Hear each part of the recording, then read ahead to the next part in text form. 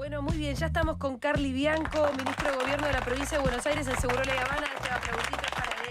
Gracias. ¿Qué tal, Carly? ¿Cómo estás? Bueno, hace tiempo que estábamos queriendo que vinieras. No es la primera vez que has venido de cualquier manera. No, vine acá al estudio varias veces. Sí. Hace poco estuviste en el programa. Pero hace rato que no venía, es cierto. Sí. Bueno, mucho trabajo, ¿no? Muchísimo. La verdad que no, la provincia de Buenos Aires en general no da respiro, mucho menos cuando gobierna Milei. Mucho menos cuando gobierna Milei. Es por minuto el quilombo. Sí. Se deben acordar de casi de la gestión anterior, que fácil no debe haber sido tampoco. Era, al final. Tráeme esa pandemia, no fue Tráeme fácil. ese Alberto. Tráeme esa no pandemia. fue fácil, pero quiero hacer justicia. La verdad que nosotros tuvimos un vínculo muy correcto con el gobierno nacional, con Alberto, con Massa, con el resto de los funcionarios. La verdad que se trabajó muy bien. Era un gobierno compañero. Después podemos hacer las críticas que ya hicimos públicamente, todo el mundo hace, de que hay cosas que se hicieron bien y cosas que se hicieron mal. No sé, en términos económicos, que es lo que se discute en general. Muy bien la actividad y el empleo. La actividad económica y el empleo. Muy mal la distribución del ingreso. O muy mal. O no mejoró la distribución del ingreso y no mejoraron los salarios reales. Y creo que la gente eso se lo puede perdonar a cualquier gobierno, menos a un gobierno peronista. O a un gobierno de izquierda, a un gobierno progresista, no sé. Nadie le reclama mucho a Milei. Nadie espera de Milei que mejore la distribución del ingreso. Realmente nadie lo espera. A lo sumo estar uno un poquito mejor, pero no lo está mirando en términos relativos contra la otra clase. ¿Se entiende? Sí. Igual yo creo que la gente hay un lugar donde algo espera, ¿no? Probablemente, pero quizás más en términos absolutos. Que me mejore a mí mi ingreso. Ahora, nadie espera que le mejore el ingreso a la clase trabajadora vis-a-vis el capital. Se entiende perfectamente. De este gobierno nadie lo espera. Carly, bueno, hoy es imposible que no empecemos hablando un poco porque dentro de media hora se va a conocer el fallo contra Cristina en la causa vialidad, ¿no? Y lo veíamos que Axel viene hablando de esto, lo tuiteó hace poco también, un hecho de inmensa gravedad institucional. Dice, no hay una sola prueba en los expedientes, las obras se hicieron, no hubo sobreprecios, pero la condena ya está escrita, es un golpe a nuestras instituciones. ¿Qué le querés agregar a eso? Porque yo pensaba también en términos políticos, ¿no? Además de la cuestión institucional. Mira, nosotros todos los lunes hacemos una conferencia de prensa en la provincia de Buenos Aires, que en general la encabezo yo, pero el lunes el gobernador y la vicegobernadora esa conferencia de prensa justamente en virtud de esta situación que se iba a dar esta semana. En esa conferencia de prensa nosotros hacemos los anuncios de gestión, marcamos cuál es la agenda de la semana nuestra, pero me parece que políticamente esta era la clave, este era el centro. Es lo que iba a pasar esta semana. De lo que se iba a discutir esta semana, por eso ahí participó justamente el gobernador, también participó nuestro ministro de Justicia y Derechos Humanos, Juan Martín Mena, y hizo una explicación muy clara de lo que está pasando. Sí, hablamos con él ayer. De un fallo totalmente que se espera dentro de un ratito, un fallo totalmente amañado, sin ninguna prueba, sin ninguna responsabilidad directa de la presidenta de la Nación en ese momento, en tanto y en cuanto quien administra el presupuesto no es el presidente de acuerdo a la Constitución Nacional, sino es el jefe de gabinete de ministros. No se encontraron sobreprecios en todas las obras estaban terminadas, fueron ejecutadas por el gobierno provincial de Santa Cruz, no las ejecutó el gobierno nacional, son obras cuyo presupuesto estuvo aprobado por el Congreso Nacional, o sea que mirá todas las mediaciones y las piruetas y las volteretas que hay que hacer para encontrar alguna culpabilidad que no existe por parte de Cristina. O sea que nada, esto es lo que siempre se dijo, lo que siempre dijimos, lo que siempre dijo Cristina. Ayer muy claro el documento que ella publicó. En el documento ella habla también de que es no sé si en este documento, pero lo viene diciendo, ¿no? Que también es un fallo ejemplificador o disciplinador, esa es la palabra que ella usa. Dice, bueno, que nadie... Coincido. ¿Por qué? Porque en realidad por las cosas buenas que hicimos y que nadie se atreva a volver a intentar algo así. Bueno, me parece que vos estás en la gestión de Axel, donde... claramente ustedes podrían ser los próximos, uno podría pensar. Y en uno el caso siempre de lo piensa, uno te quería preguntar incluso hasta como militante, vos, yo encara si sigo insistiendo. Pero me parece que uno cuando decide encarar una función política, militar, etcétera, sabe que pueden pasar estas cosas y se expone a esto. Se expone a esto, con todos los costos que tiene, personales, familiares, porque yo también he tenido denuncias falsas, que después se desestimaron en la justicia. Claro, yo era irrelevante. Cuando yo estaba en Cancillería, hace 5 años, era irrelevante. ¿A quién le molesta? Ahora no soy tan irrelevante. tengo una visibilidad mucho mayor. Pero me acuerdo lo doloroso para mi familia y para mis amigos ver en un diario que a mí me acusaban de corrupto o de lo que sea, cuando era falso. Sí. Bueno, imagínate cuando sos presidente de la nación.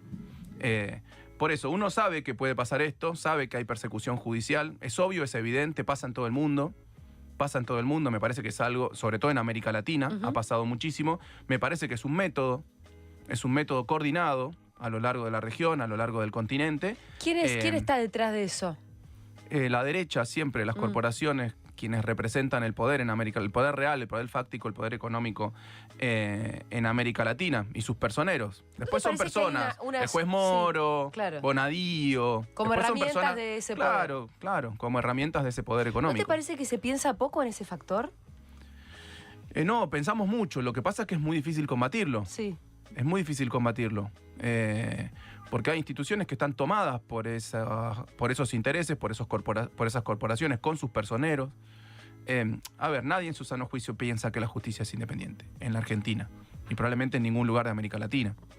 Nadie en su sano juicio piensa que es independiente. Se dirimen intereses económicos, intereses personales, intereses financieros.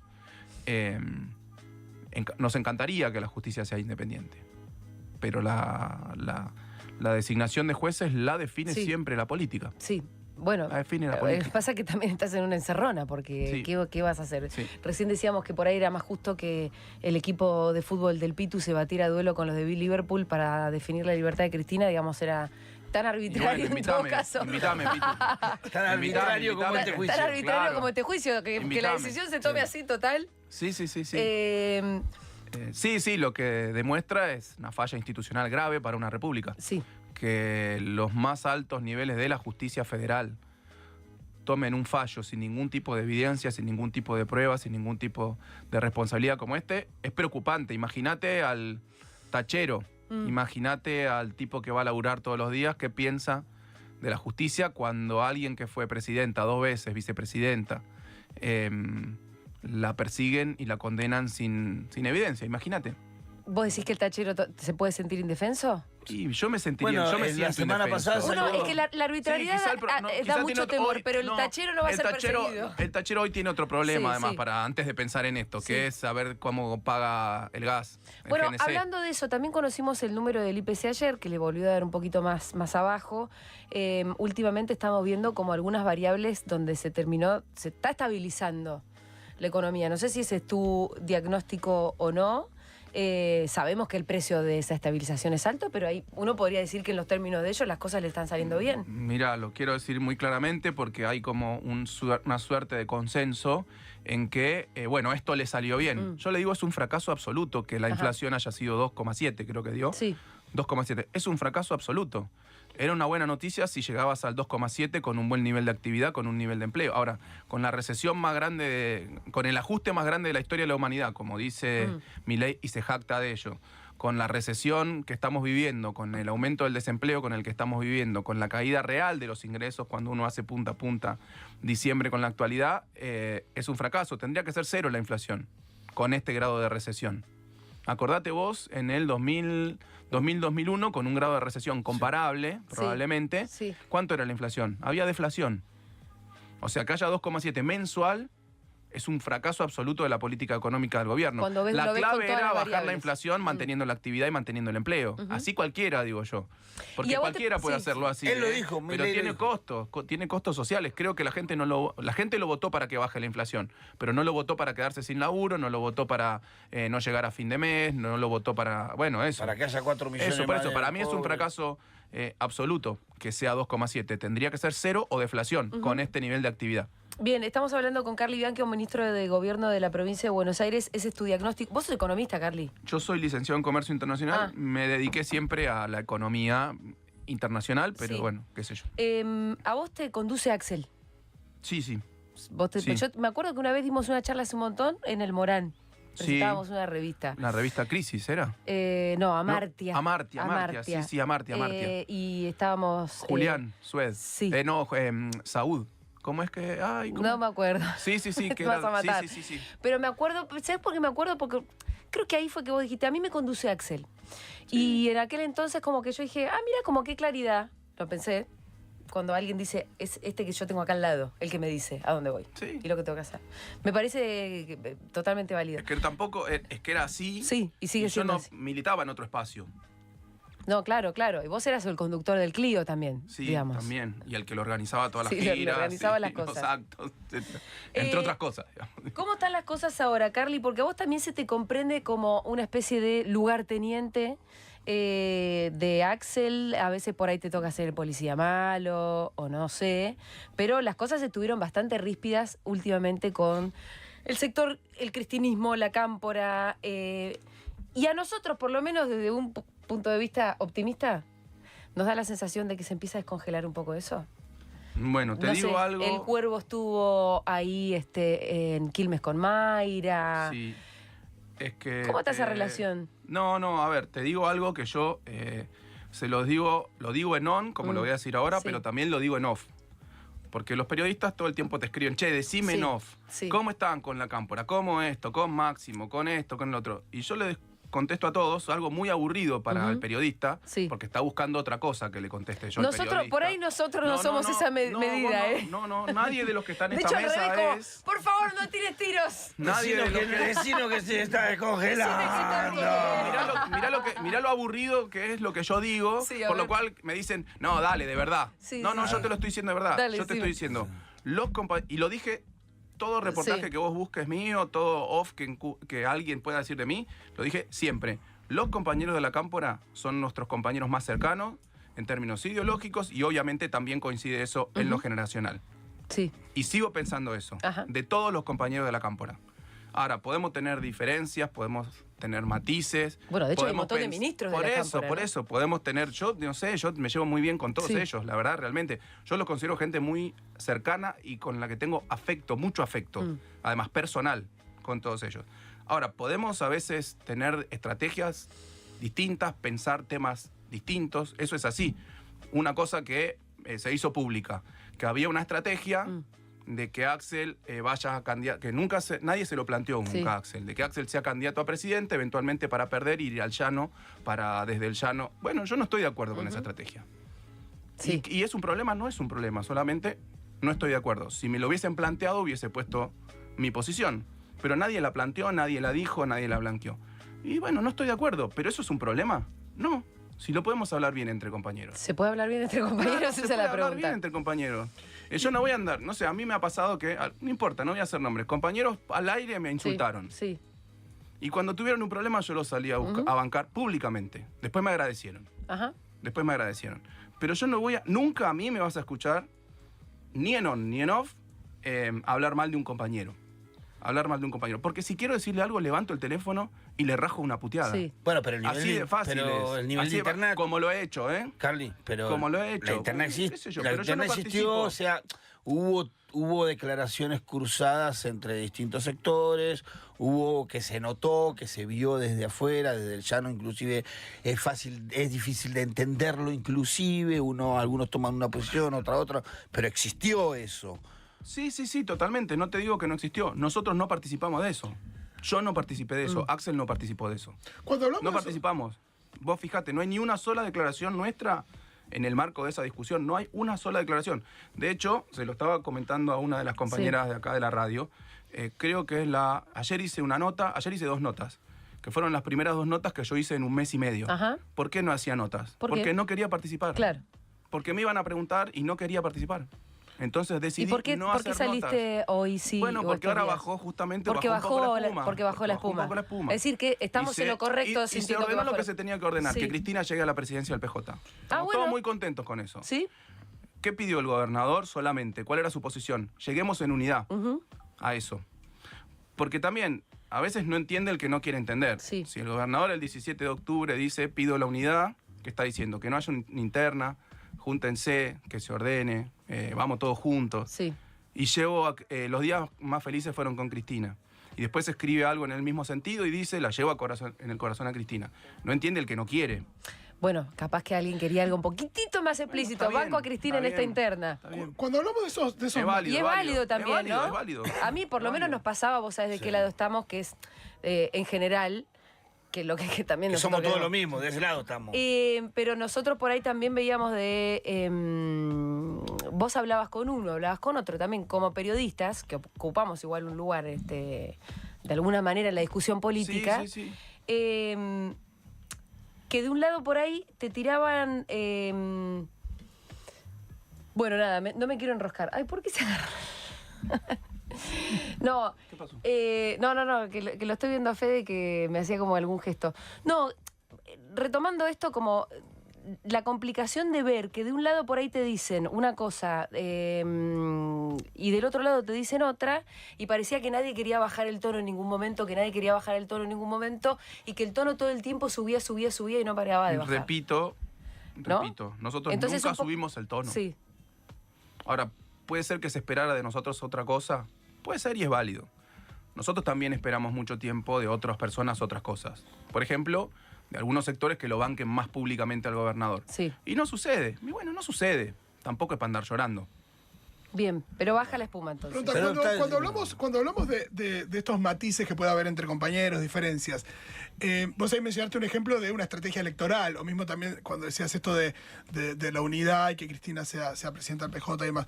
Pero ¿hay diferencias respecto de la idea de país? A veces uno siente que no, por eso, que no, por eso. que Yo no creo ve- que son diferencias tácticas. Tácticas o en la estrategia electoral, pero no en el modo de pensar un país. Realmente no. Son Yo creo que diferencias de fondo. no tenemos diferencias No, de no, fondo. por eso también Por yo eso te te decía- digo que son para mí los Sí. compañeros de la campana. Los compañeros más cercanos, Sí. en términos ideológicos y en términos generacionales. Digo, es así. Es inevitable, digamos, que sea así. Bueno, como para avanzar con la conversación, a mí me parece la política más importante de la provincia de Buenos Aires la cuenta DNI. Me parece que es una de las políticas que más impacta sobre el bolsillo de la Sí. gente, que mejor resultado Que a la gente le tiene. gusta mucho también. Inclusive me encanta caminar por la ciudad y ver los cartelitos en los comercios que dice se aceptan cuentas de DNI en el medio de la ciudad de Buenos Aires, que es inclusive lo más identitario que tiene la provincia de Buenos Aires hoy como medida política. ¿Qué es lo que más se viene? ¿Qué es lo que están pensando? Mira, por lo pronto poder sostener, entre otras cosas, la cuenta DNI. Entre otras cosas, poder sostener la obra pública. Que nosotros, a diferencia del gobierno Sí. nacional, seguimos haciendo obra pública. Obviamente que estamos haciendo menos obra pública que la que lanzamos el año pasado, Sí. por una cuestión de recursos. Cuando el gobernador, los ministros salimos a denunciar que, te lo digo a valores de mitad de año, que nos habían recortado 6,3 billones de pesos entre obra pública y recursos que le corresponden a la provincia, no es que estos recursos nosotros los guardábamos Claro. por si las moscas. En la provincia, peso que entra, peso que se gasta, Sí. no te sobra nada. No te sobra nada porque Bueno. siempre falta. Porque siempre falta. Por eso, no es porque algunos dicen, no, Axel va a hacer el ajuste. No, Axel no va a hacer ningún ajuste. Axel va a gastar cada peso que entre en la provincia en salud, en educación, en obra pública, en cuenta NDI, en fomento de la producción, etcétera. Ahora, si entran menos ingresos, por Claro, el gastás recorte, menos. por la crisis, recaudás menos, te coparticipan menos. Y bueno, no es que estás haciendo el ajuste, tenés menos recursos para llevar adelante tu programa de gobierno. Bueno, de hecho, presentamos el presupuesto y es eso. Todos los pesos que entran se van a gastar. Entran 32 y pico de billones, se van a gastar 34 billones y el resto lo cubrí con endeudamiento. Para hacer eso te iba a preguntar. Bueno, es así. Ustedes casi como una declaración. No hay un plazo fijo de la provincia. Sí. No hay una masa salarial guardada, 2, 5 por las dudas. Casi No. como declaración de principios, como a cada medida de ajuste ustedes respondían con una medida de gestión de obra pública. Sí, Me es estoy así. acordando del convenio con las universidades, Sí. para obras de infraestructura en las universidades, ¿no? Como casi planteándose en espejo, ¿no? Sí. Con la gestión. ¿Todavía hay margen para seguir haciendo eso? Sí, lo seguimos haciendo. Pero repito, con menos intensidad con la que Que lo lo quisieran haríamos. Sí, claro, si tuviéramos los mismos recursos en términos reales que el año pasado. Tenemos menos. O sea, a fin de año vamos a haber tenido entre 10 y 15% menos guita en términos Sí. reales para funcionar. Y eso obviamente vos no lo podés sacar de salarios. Siempre eso es inversión. Lo que terminás recortando porque no tenés recursos son proyectos de inversión. Que sería infraestructura, por ejemplo. Infraestructura, sí. Bueno, yo vi que estabas en la conferencia también de este lunes, ¿no? Hablando mucho de una obra que entiendo que es muy importante y vos nos vas a explicar cuál es la importancia del Canal Magdalena. Del Canal Magdalena. Mira, por distinto tipo de importancias, digamos. En primer lugar, una cuestión soberana. Hoy el mar, las aguas navegables de la Argentina están partidas literalmente en dos. Vos no podés pasar desde el río Paraná, por ejemplo, con una embarcación de carga, por ejemplo, no podés pasar al puerto de... No te digo al sur, te digo a Mar del Plata. De La Plata no podés ir a Mar del Plata en barco sin pasar por Uruguay. Desviarte por un canal que se llama Punta Indio, que es un canal muy ineficiente porque es un canal de una sola mano. Es decir, que si una embarcación va hacia Uruguay... Tiene que esperar que llegue a Uruguay para poder entrar al canal. Pero además vos tenés que pagar un arancel para usar ese camino. Tenés que pagar tasas, los barcos que van tienen que pagar tasas, tienen que pagar servicios porque tienen que cargar combustible, entonces cargan combustible en Uruguay y no en un lugar que podría ser en algún lugar de la bahía San Borombón que podría abastecer de combustible si se dragara efectivamente el Canal Magdalena. Mira, ayer me dieron un ejemplo, el presidente del Puerto de La Plata, me dio un ejemplo muy claro y yo decía, no puede ser. Yo no lo podía creer. A ver. En Ensenada y en Berisso está la refinería de YPF más grande de la Argentina, la que más combustible se produce. Desde esa refinería se cargan barcos con combustible mucho del combustible se distribuye en camiones, pero hay partes que se distribuyen en barco. Por ejemplo, hay barcos que salen de combustible del Puerto de La Plata para abastecer al puerto de Mar del Plata. El barco que sale de La Plata para abastecer al puerto de Mar del Plata tiene que ir a Uruguay. Gasta, ayer me dijeron el número, no me quiero confundir, 17.000 litros más de combustible por hacer ese desvío. Por ese camino más largo. Ese camino más largo tiene que aprovisionarse, tiene que pagar tasas, no sé qué, en Uruguay y después salir al mar argentino para poder llegar a Mar del Plata. Sí.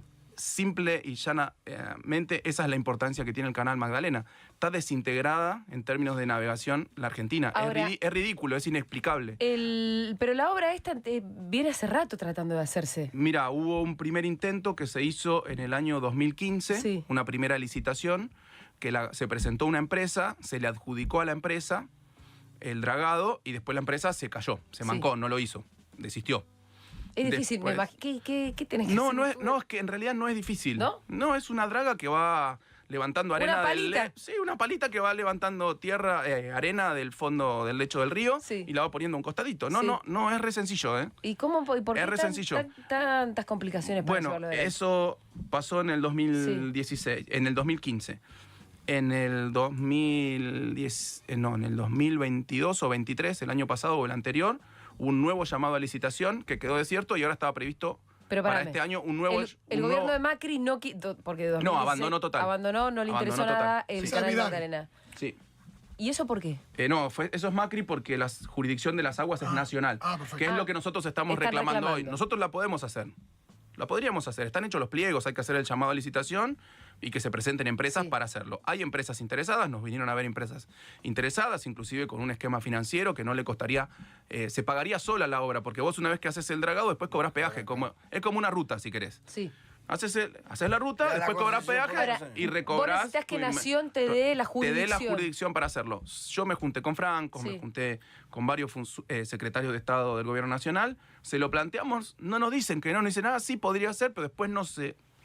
No firman los papelitos. No sucede, después no sucede. Sí. Así que ahora le estamos buscando alguna vuelta jurídica de cómo encararlo nosotros directamente. Pero bueno, es un proceso. Por ahí si le regalás algunos votos en el Congreso, a algunos les salen las cosas más fáciles. No, bueno, pero eso sabes que no va a suceder en la provincia de Buenos Aires. Carly, pero hablábamos de la importancia del Canal de Magdalena, la importancia para la infraestructura de la provincia de Buenos Aires, todo eso se entendió. Y hace un ratito el Pitu sacó el tema de cuenta DNI, ¿no? Que también es gestión, es mucha gestión. Es mucha gestión, gestión. El Canal de Magdalena es menos sexy porque la gente, qué sé yo... Sí. No sé, háganlo ustedes. No, por eso, es una cuestión de logística, de la navegación. Ahora, no te cambia la vida cotidiana, digamos. Exactamente, sí. O la cambia, pero no es perceptible para cualquier persona. Sí. Entonces es menos sexy de vender en todo caso. Sí. La cuenta DNI es algo que le llega casi al corazón, te diría la gente directamente. Sí, al bolsillo. Y en un momento me acuerdo, nosotros decíamos... Nos ponía muy nerviosos que la gente no terminaba de vincular directamente la cuenta DNI con Axel Kicillof. Fue todo un desafío, hacerlo. Pero y yo hasta tengo la sospecha que al principio decían, desde algún lugar republicano, no sé qué, que tampoco estaba la intención de que hubiera esa vinculación y después No, sí. pero me parece que la gente lo entendió y se dio cuenta. Que no caí, no cae como maná del cielo eso. Hay alguien, a ver, porque... No sé si la gente no se da cuenta, mirá. No, es que no es que el comercio te descuenta y gana menos el comercio. No, la diferencia la pone el Banco Provincia. Sí. Es decir, un banco que pertenece al gobierno de la provincia.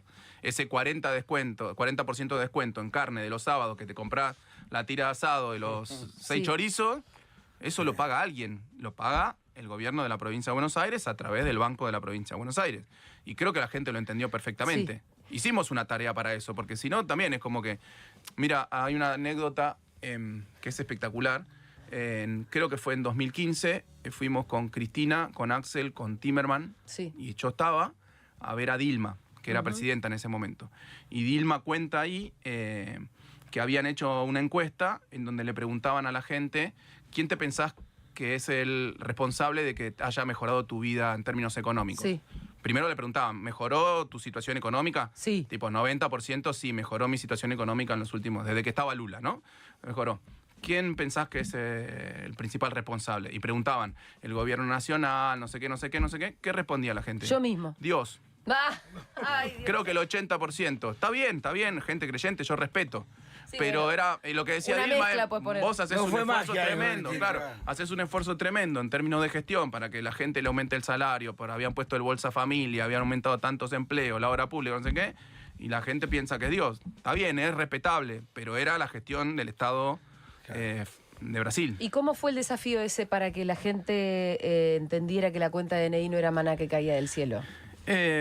No, bueno, qué sé yo. Me parece que Axel lo puso en valor. Sí. Axel, sus ministros, el presidente del Banco Provincia, lo pusimos en valor y la gente entendió. Los comerciales también. Que la gente entendió. Bueno, por eso votaron también, por la cuenta DNI, por la obra pública, por esto, por el otro. Por eso también votaron. Cierto, pero hay algo también con la identidad bonaerense que sigue siendo una cosa un poco diluida. Yo también sé que hubo política pública sobre eso. Pero mejoró muchísimo. Antes la palabra bonaerense era mala palabra. Ajá. Porque era la bonaerense. Era mala la policía. La bonaerense. Era mala palabra. O la película, el bonaerense. Hoy la palabra bonaerense no es mala palabra. Y refleja una identidad difícil, compleja. Es una de las primeras cosas que se planteó Axel. Recuperar la identidad bonaerense con un ejemplo muy sencillo. Vos vas a cualquier lugar y hay alguien de Gualeguaychú y vos le preguntás, ¿de dónde sos? Por fuera de su provincia. No te dice soy de Gualeguaychú, te dice soy entrerriano. Sí. Ahora, yo soy de Quilmes. Creo que nunca en mi vida fui a algún lugar en donde me preguntaran, che, ¿vos de dónde sos? Y nunca dije, soy bonaerense. No. Pero también tiene una lógica. Es una provincia tan grande, tan diversa, con tantas particularidades. Y después hay otra definición que es política. Hay otras que también. Te diría que mi provincia de Río Negro tiene el mismo... Sí, no dicen soy rionegrino. No, sí soy rionegrino. Soy de Bariloche, o soy de Viedma, o soy de Choleche. No, pero eso... El conurbano sí tiene un... Pero Axel tomó una definición política que parece una cosa de forma, discursiva, etcétera. Pero Axel públicamente dijo, la provincia de Buenos Aires es el interior del país. La provincia de Buenos Aires forma parte del interior del país. Sí. Porque históricamente estuvo en un no lugar, digamos. Y la provincia de Buenos Aires... ¿no? Vos decís, la capital, es la ciudad autónoma de Buenos Aires, y después el interior uno piensa en las provincias, no en la provincia de Buenos Aires. Entonces la provincia de Buenos Aires era como el conurbano, como un apéndice de la ciudad autónoma de Buenos Aires, y después un no lugar, que es el interior de la provincia de Buenos Aires, pero que nadie lo tiene en cuenta mentalmente. Como el interior del país. Como, no sé, vos decís soy de Santiago del Estero, sos del interior. Sí. Vos decís soy de Tapalqué y no sé, qué sé yo. Nadie entiende eso muy claramente como el interior de la Argentina. ¿Y por qué se buscó la constitución de la identidad de Buenos Aires, de la provincia? Porque para poder vincularlo con la gestión... ¿Cuál fue el sentido de esa política? No, porque ¿cómo llegamos nosotros al gobierno de la provincia de Buenos Aires? Con un discurso y unos intentos, inclusive de algunos compañeros de nuestra fuerza política, de querer dividir la provincia de Buenos Aires. Que el problema de la provincia de Buenos Aires es que es muy grande. Y yo diría, si fuese por eso, imagínate Rusia. Sí. ¿Qué problema tendría? Si es por... No, que la dimensión de un Estado... Es un problema en sí. De querer dividir la provincia de Buenos Aires. Que el problema de la provincia de Buenos Aires es que es muy grande. Y yo diría, si fuese por eso, imagínate Rusia. Sí. ¿Qué problema tendría si es por...? No, que la dimensión de un no Estado... es un problema en sí mismo. Claro, la dimensión de un Estado no es un problema en sí mismo. Es más, me animo a decir, es algo positivo tener mucho territorio, tener mucha población. Vos fijate que las potencias mundiales no son países pequeños. Las potencias mundiales son Estados Unidos, grandes. Son Rusia, bueno, son China, son la India. Son grandes territorios con mucha población, las potencias mundiales. Por lo tanto, a mí no me vengan a vender que el problema de la provincia de Buenos Aires es que hay mucha gente o que es muy grande. El problema de la provincia de Buenos Aires es que tiene pocos recursos. ¿Y cómo pocos se mejora recursos eso? de gobierno. Con lo que produce. Claro, comparado. O sea, es la provincia que genera más riqueza en Argentina. Es la provincia que tiene más industria. La mitad de la industria argentina está situada en la provincia de Buenos Aires, en general en el conurbano, pero también en el interior. Ahora, es la provincia que tiene menos recursos, el gobierno provincial que tiene menos recursos per cápita y es el segundo gobierno provincial que tiene menos trabajadores del Estado per cápita. O sea, es una provincia pobre y es un gobierno pobre y austero en una provincia rica. Sí. Y las otras provincias y la nación se benefician de la riqueza de la Argentina. No es que nosotros estamos contra un sistema solidario de coparticipación en donde la provincia de Buenos Aires aporte proporcionalmente más que el resto. Nos parece justo eso. Ahora, que la provincia genere el 40 y reciba el 20 y ahí es un montón. Claro. Es un montón. Y sobre todo porque hay mucha gente muy pobre Es un todavía montón, en la provincia claro, de Buenos y es la Aires. provincia que tiene los mayores bolsones de pobreza, de indigencia y las mayores necesidades de infraestructura. Entonces, es la provincia que necesita más cosas y la que menos recursos tiene para solucionar esos problemas. Sí, tampoco se habla de el aporte que hacen millones de bonaerenses a la riqueza de la capital. Por supuesto. Que eso es algo que siempre el se gobernador dice, sí lo trae. No, vienen a los hospitales de la... Sí. Pero fíjate 3 cuánto millones gastan, fíjate cuánto consumen, Sí. fíjate cuánto laburan ahí y generan riqueza para la capital. Bueno. Carly, para ir cerrando, también te quiero preguntar por el futuro, ¿no? Hay también un tema que siempre pareciera que pensar para adelante es casi como un agujero negro. Como que si vos ves los proyectos de las derechas acá y en el mundo, tienen muy claro cuál es el camino que quieren seguir.